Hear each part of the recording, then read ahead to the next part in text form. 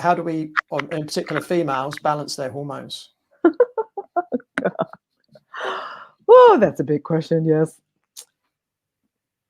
Okay, I feel that it's great to know individual hormones, but it's actually very difficult to just think, I'm going to balance this hormone without affecting the others. Yeah. Really, I always tell my patients, when I work with patients, I say work with reducing inflammation, the cortisol, and then balancing your blood sugar.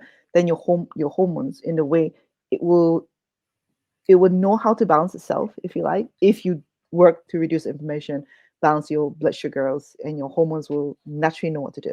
Okay, it's only more fine tuning, really, at the end. Whether you're doing the testing. So let's say, for example, if patients can't afford to do all the testings, so I just get them, to do a gut health test first, because that's the major source of the, inflammation. Yeah. Or 70% of our gut is our immunity, or so, and there's a huge correlation between the gut and the skin. So I get them to do that first, because then we'll see how their periods are doing, because that's also a sign, really, how healthy the hormones are, how's your sleep doing, how's your brain for, your moods and all that kind of stuff. So that, and your skin, of course, because then we can see, okay, are you balancing, really? Because if your hormones are balanced, then for a woman, your periods are regular, they are comfortable, if you like, and you will it will come when you, without too much signs, if you like, so you don't have PMS, really, So I always tell my patients, if we focus on, improving that, really, then that can actually help balance the hormones, So like I said, it's not a sexy answer, if you're like, oh, take this supplement, take this pills, and everything. But it's not, because you have to really go down to, like, okay, you actually have to do the work, really, to change your diet. You have to, like, look at your relationship with sleep. I've got patients who trouble sleeping because they can't put their phones down. They spend 2 hours in their phones. They can't put it down, really, and then the question is, why can't you put it down? What's underneath it? What can you do? How can you replace that? So a lot of that is, it's changing habits, really, and what you feel safe to do with that, really. Because again, why, when your hormones are out of balance, as long as there's no medical problem, if you like, then you want to make sure, is it a safe environment inside? One thing that I do get my patients to do is micronutrients. Check your blood levels, to check, the nutrient levels are, so then I can decide whether food is enough, or do I need to add supplements to support either production of hormones, because hormones are made from cholesterol.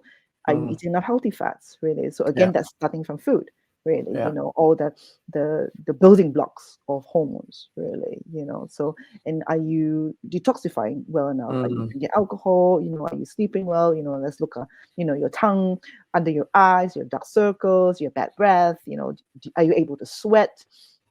Do you go to, open your bowels, what color your urine, all those little things, really, that can help to balance the hormones, really. That's kind of like how I work with my patients first. So I start with the lifestyle part, food and lifestyle, and stress management, and energy management as well. And then after that, do the supplements, if we need to, herbs.